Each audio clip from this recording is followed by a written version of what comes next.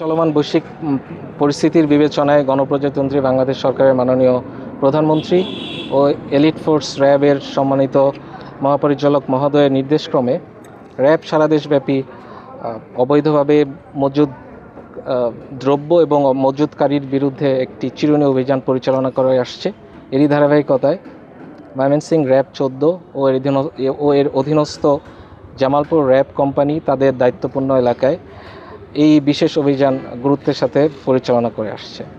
এর ফলশ্রুতিতে আজ আনুমানিক দুপুর 2টার সময় গোপন তথ্যের ভিত্তিতে আমরা জানতে পারি সরকারিভাবে বিতরণযোগ্য পণ্য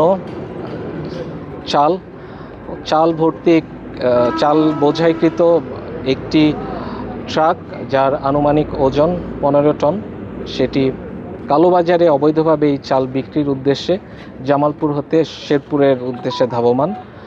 সেই তথ্যের ভিত্তিতে জামালপুর র্যাবের একটি চৌকস টহল দল অতি দ্রুত সময়ের মধ্যে দক্ষতার সাথে ট্রাকটিকে আটক করতে সমর্থ হয়। পরবর্তীতে ড্রাইভারকে প্রাথমিকভাবে জিজ্ঞাসাবাদ করা হলে প্রাপ্ত তথ্যের সত্যতা পাওয়া যায়। এর প্রেক্ষিতে পরবর্তীতে জামালপুর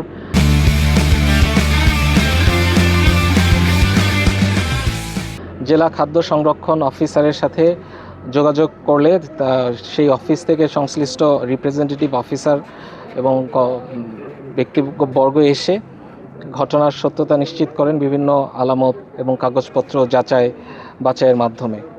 এটি প্রতীয়মান হয় যে এটি আসলেই সম্ভবত কালোবাজারের উদ্দেশ্যেই জামালপুর হতে শেরপুরের দিকে ধাবমান ছিল।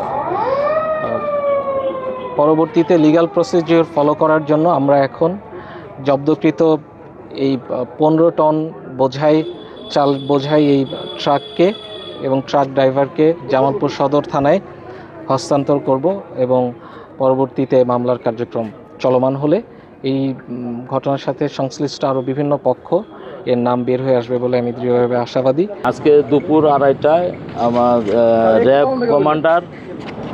র্যাব কমান্ডার স্যারের ফোন পেয়ে আমি এখানে এসেছি। ওনারা জানিয়েছেন যে এক ট্রাক চাল জব্দ করেছেন।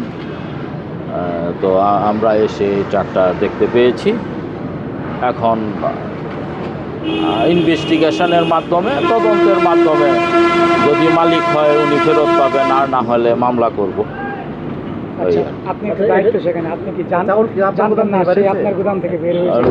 আমার গুদাম থেকে এই ধরনের হয় না। আমার গুদামের যদি কারো সন্দেহ থাকে, আমার গুদামের স্টক কাগজপত্র সব কিছু নিয়ে যে কেউ তদন্ত করতে পারে, দেখতে পারে। মানে এই চাউলটাকে আপনার গুদাম থেকে বের হয় না, এটা আমাদের জানারে আনা।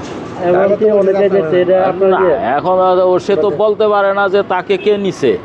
গুদামে যে কেউ একজন তো নিবে, কে নিছে এটা তো সে বলতে পারে নাই।